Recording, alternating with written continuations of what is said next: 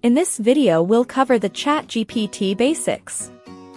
It is a computer program that uses AI to generate realistic and engaging conversations.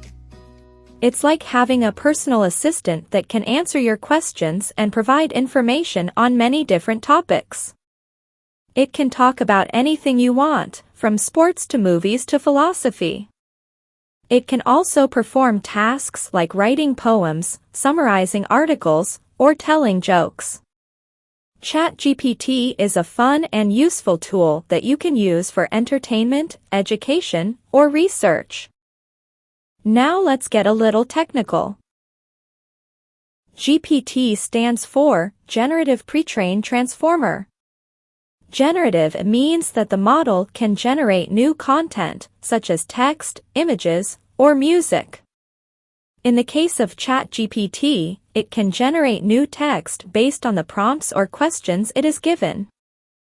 Pre-trained means that the model has been trained on a large amount of data before it is used for a specific task. In the case of ChatGPT, it has been trained on a vast collection of text data from the internet before it can generate new text.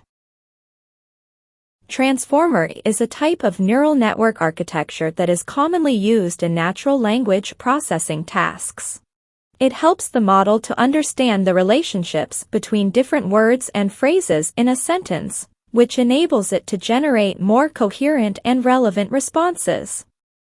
So, in summary, Generative Pre-trained Transformer is a type of language model that is capable of generating new text based on a large amount of pre-existing data, using a specific type of neural network architecture.